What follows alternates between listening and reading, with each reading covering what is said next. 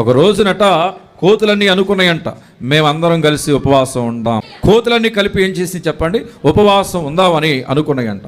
అనుకున్నాక మరి ఒక కోత అందంట, ఉపవాసం ఉండి ఉండి ఉండి మనకు నీరసం వచ్చి పడిపోతే మనల్ని ఎవరు లేపుతారు అందంట. సరే ఏం చేద్దాం అందంట. మరి ఉపవాసం ఉండి కళ్ళు తిరిగి పడిపోతే మన ఆహారానికి వెళ్ళాం కదా, ముందుగానే వెళ్ళి ఒక డజను యాపిల్ పండు తెచ్చేసుకుందాం అన్నాయంట. తెచ్చుకున్నాక ఇంకో కోత ఉందంట, మనం ఉపవాసం ఉండి ఉండి నీరసం వచ్చింది, నీరసం వచ్చాక యాపిల్ పండుని కూడా పట్టుకోలేని ఓపిక ఉండదు, కాబట్టి ముందుగానే అందరూ యాపిల్ పండుని పట్టుకుందాం అందంట. ఇంకో కోత ఉందంట, ఉపవాసం ఉండి ఉండి ఉండి నీరసం వచ్చింది, మనం యాపిల్ పండు పట్టుకున్న మనం ఓపిక నశించిపోయి పైకి కూడా యాపిల్ పండుని లేపలేము అన్నాయంట. సరే ఏం చేద్దాం అన్నాను, ఆ పట్టుకుని యాపిల్ పండుని లేపుంచుండి అన్నాను. ఇంకో కోతుందంట, ఉపవాసం ఉండి ఉండి ఉండి నీరసం వచ్చి మనం ఇలాగ చేతిలో లేపి పట్టుకున్నా నోటి దాకా తీసుకుని రాలేమేమో చేతిని అందంట.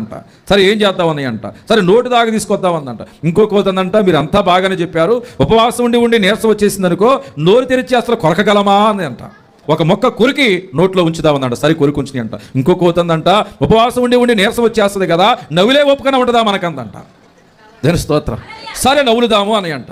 ఇంకో కోతుందంట, ఉపవాసం ఉండి ఉండి నీరసం వచ్చేసి మనము మా సృహ తప్పి పడిపోతే మింగే ఒప్పుకోలేకపోతే ఎలా అందంట. మరి ఏం చేద్దామంట, మింగేద్దాం అందంట.